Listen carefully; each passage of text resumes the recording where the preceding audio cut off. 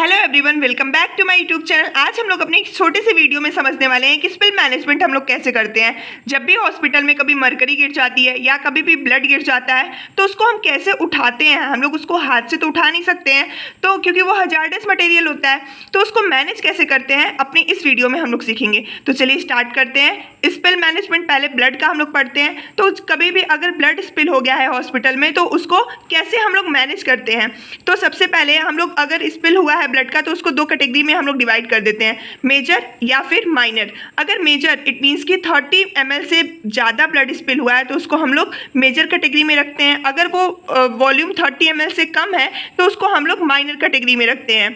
तो चलिए देखते हैं हमारे पास स्पिल किट में क्या क्या आता है। तो स्पिल किट में हमारे पास माइनर स्पिल किट में आता है एक बॉक्स जिसमें कौन कौन से आइटम्स होते हैं। पीपीई किट होता है, हैवी यूटिलिटी ग्लव्स होते हैं जो कि रबर ग्लव्स जिसको हम लोग कहते हैं, कवर सूट होता है हमारे पास कवर करने के लिए, फिर आता है प्लास्टिक एप्रन और आइसोलेशन गाउन या फिर सर्जिकल गाउन्स होते हैं। इतना स्पिल किट में हमारा रहना चाहिए। और फिर हम लोग क्या करते हैं, येलो कलर बायोमेडिकल वेस्ट में हम लोग उस स्पिल को डाल देते हैं और वहाँ पे हम लोग वाइट स्टिकर से हम लोग लेबल कर देते हैं, राइट। तो फिर हम लोग उसको मैनेज कैसे करेंगे। अगर ये बॉक्स में हमने डाल दिया तो हम लोग क्या करते हैं, उसके बाद से कैसे मैनेज करेंगे। तो मान लीजिए कहीं भी फोर्स पे स्पिल हो गया, मीन्स कि ब्लड गिर गया, तो हम लोग क्या करेंगे। सबसे पहले ये क्वेश्चन पूछा भी जाता है बहुत बार कंपटीशन एग्जाम में कि अगर कभी भी ब्लड गिर गया है तो हम लोग सबसे पहले क्या करेंगे। तो सबसे पहले हम लोग क्या करते हैं, टिश्यू पेपर रखते हैं उस ब्लड के ऊपर। बहुत ऑप्शन दिया रहता है कि हम लोग सुपरवाइजर को बुलाएंगे, सबसे पहले हम लोग जाके हाउसकीपिंग लेडीज़ को बुलाएंगे, क्लीनिंग स्टाफ को बुलाएंगे। तो हम लोग ऐसा कुछ भी नहीं करते हैं। सबसे पहले वहाँ क्या करते हैं, टिश्यू पेपर रख देते हैं उस स्पिल के ऊपर। और दूसरा हमारा क्या होता है काम कि हम लोग जाके क्लीनिंग स्टाफ को इन्फॉर्म करते हैं अपने डिपार्टमेंट के, राइट।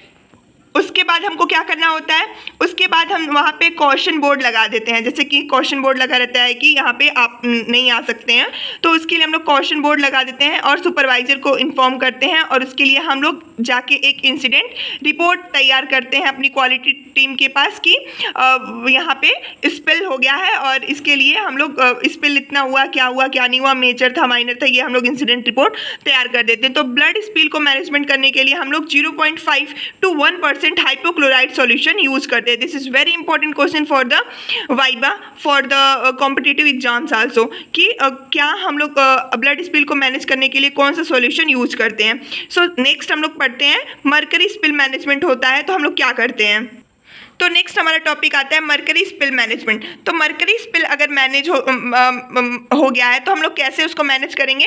तो जैसा कि हम लोग को पता है कि मरकरी जो होती है, अभी हम लोग थर्मामीटर में मरकरी वाला थर्मामीटर यूज़ नहीं कर रहे हैं, लेकिन तो अगर मान लीजिए बाय द वे जो हम लोग का बीपी एपेरेटस होता है उसमें मरकरी है या फिर पुराना ही थर्मामीटर अगर वो उसकी मरकरी स्पिल आउट हो गई तो हम लोग क्या करेंगे। तो सबसे पहले हम लोग क्या करते हैं, कॉशन बोर्ड रख देते हैं वहाँ पे, और जितने भी स्विच फैंस के स्विच होते हैं, एसी के, हीटर्स के, उन सारे स्विच को ऑफ कर देते हैं और प्रॉपर वेंटिलेटर हम लोग प्रोवाइड करते हैं। और वहाँ पे हम लोग क्या करते हैं, कभी भी मरकरी को टच नहीं करते, हमको हाथ से नहीं टच करना होता है, राइट। हम लोग कभी भी मरकरी को हाथ से नहीं टच करते क्योंकि बहुत ही हजार्डस होता है। और जितने भी ज्वेलरी वगैरह होते हैं सबसे पहले हमको वो रिमूव कर देना है। उसके बाद से हमको पीपीई किट पहनना है, रबर के ग्लव्स पहनने हैं, और उसके बाद से जो एक्सरे की सीट्स आती हैं, एक्सरे की सीट से हम लोग क्या करते हैं, उसको यूज़ कर सकते हैं मरकरी के स्पिल को उठाने के लिए, राइट। फिर उसके बाद से हम लोग रबर ग्लव्स को भी बायोमेडिकल वेस्ट में हम लोग फेंक देते हैं। और जो मरकरी के वेस्ट होते हैं उनको हम लोग स्पेसिफिक